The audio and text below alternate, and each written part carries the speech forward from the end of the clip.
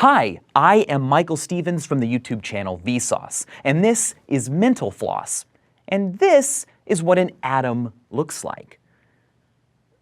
Kind of. It's actually the Rutherford model of the atom, but electrons don't move around a nucleus in the same way a planet orbits around the sun. It's very difficult to diagram an atom with a simple illustration. Here's a slightly more accurate model of an atom. The important thing to remember is that the circles are not orbits, but rather they're depictions of energy levels. The electrons with the lowest amount of energy are closer to the nucleus. But we're not really sure how electrons move around the nucleus. In fact, we're not really sure where they are. They're not necessarily balls moving around. Sometimes they're waves. Another way to think of it is to imagine the atom as a probability cloud of where you might find an electron. It turns out that a bunch of the science illustrations you grew up studying in books, magazines, and encyclopedias weren't exactly accurate. This type of thing's been going on for centuries. And today, let's geek out and look at some of the reasons they're wrong and learn from it.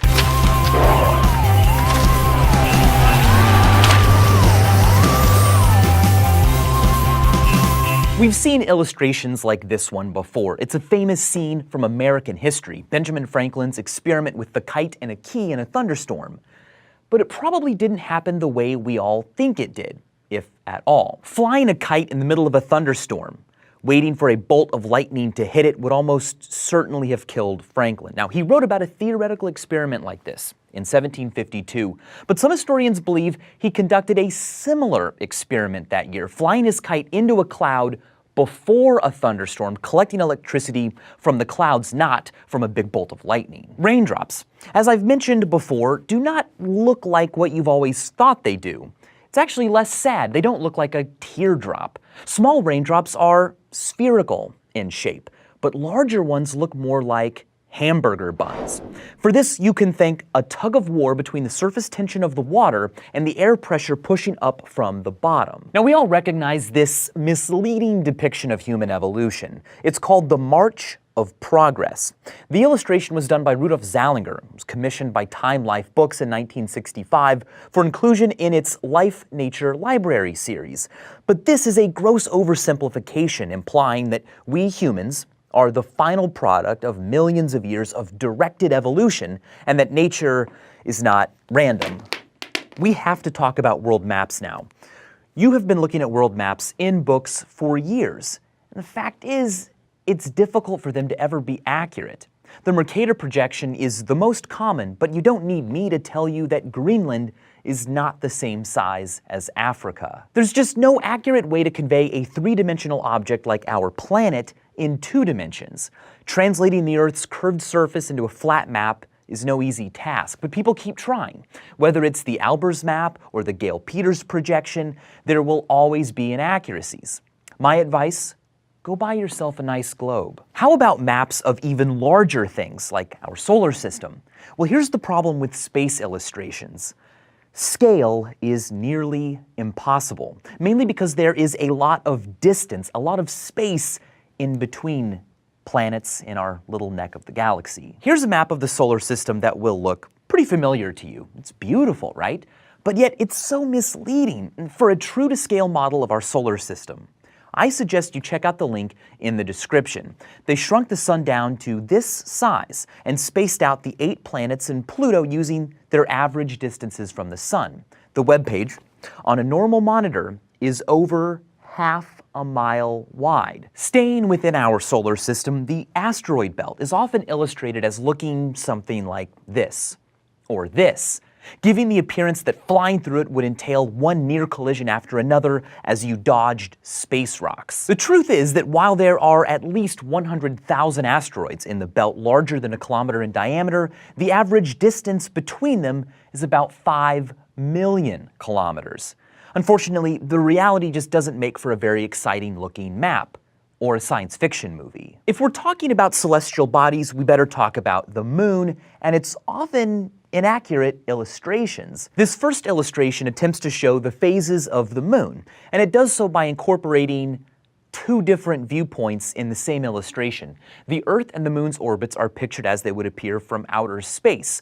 Now, while the point of view for the different moon phases is illustrated as we would see it from Earth, the Earth is shown from a different angle. The second diagram appears to imply that the tidal bulge from the sun is equal to that of the moon. The sun's gravity does affect tides, but on a much smaller scale than that of the moon. Everyone knows what a velociraptor looked like, right? I mean, we all saw Jurassic Park, except new evidence suggests our scary friend, the velociraptor, probably had more feathers than previously thought. Science illustrations aren't just misleading in textbooks. Advertisers also occasionally screw up the science, especially when it comes to gears. I love this one personally. Marketers enjoy using gears in their ads because they symbolize